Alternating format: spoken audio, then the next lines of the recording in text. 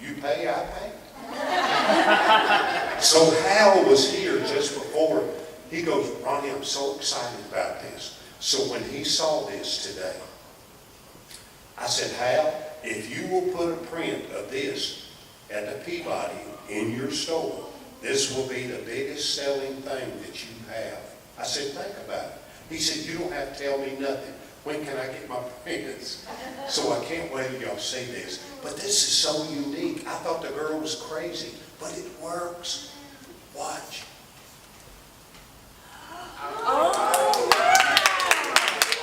This is why baby left me. When I find a new place to dwell. When it's down at the end of Lonely Street that heartbreak will get.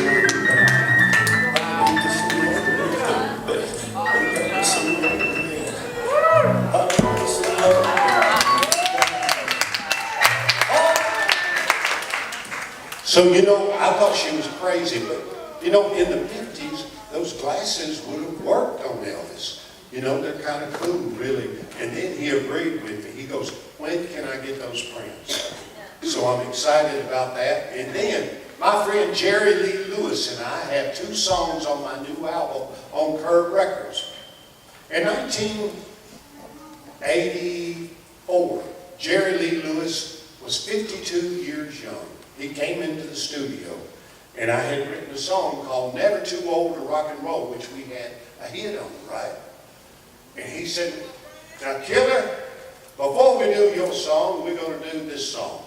I said, what we doing, Jerry Lee? He said, never you mind, son, you just pay attention. Well, he had a 5th of Jack Daniels, and he set it on the piano. And I tell this all the time because it's a historical fact. And he drank half of that friggin' Jack Daniels. And then he said, Killer, I'm ready to do it. And I said, what are we doing? He said, check this out. Heartache number 1 was when you left me. I never thought that I could hurt this way. With hopeful heart, I waited for you. Knock on my door. I waited, but you must have lost your way. Now I've got heartaches by the number of love that I can't win. But the day that I stop counting, that's the day my world will end.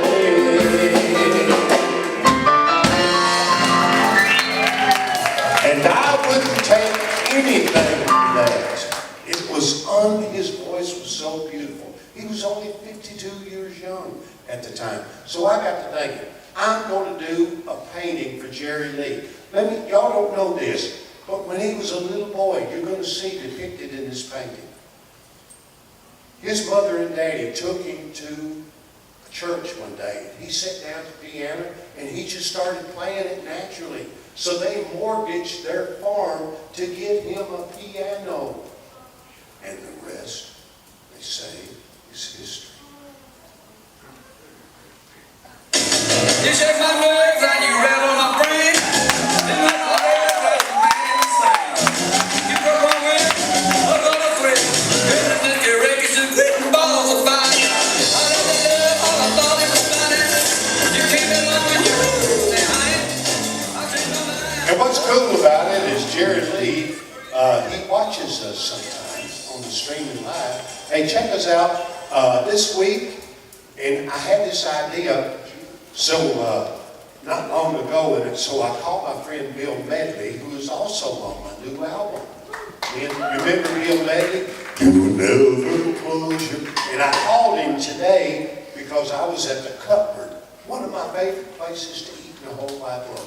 I called Bill and I said, Bill, so you're coming to Nashville Friday? And he goes, I'm coming. And I said, are you going to put your voice on this new song with James Burton? Billy Swan and all of us? And he said, yes, I am. He said, here's what I want to tell you though. You got to let me say this, because I came up with this idea of doing Bob Seger's song. I like that old time rock and roll. But I changed it to, I like that old time country song.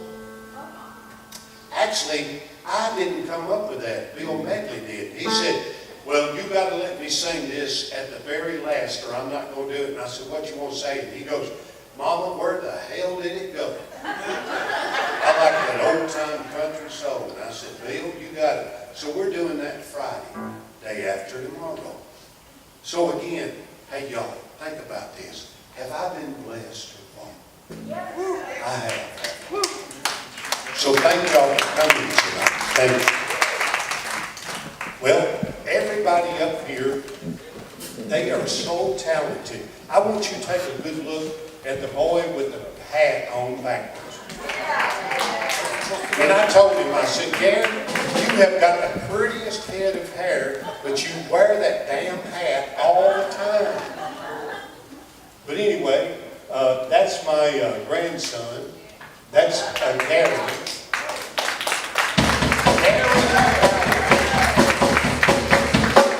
He does such a good job, and he hangs out with Papa pretty much all the time. He calls me every day, Papa, can I hang out with you? So my 9-year-old granddaughter called me. Let me put this all in perspective for y'all right now. My 9-year-old granddaughter, back in February, before this stuff that's going on, she said, Papa, would you come and have lunch with me? I said, well, sure I will. 3rd graders. So I'm the only adult at the table, and I love aggravating kids. I love to aggravate kids. I said, who's the meanest one here? They all pointed at each other, right? I said, who knows who Donald Trump is? Maybe 3 hands, I swear to God. I said, all right, who knows who Elvis Presley is? We do, we do. So this little black boy sitting across from me, he goes, well, who don't know who Elvis is? I said, well, you're 3rd graders. So then this little boy is sitting down here with Buddy Holly glasses on. Swear to God, he stands up, opens up his jacket. It's February. Still cold. He opens up his jacket, has an Elvis Presley t-shirt on.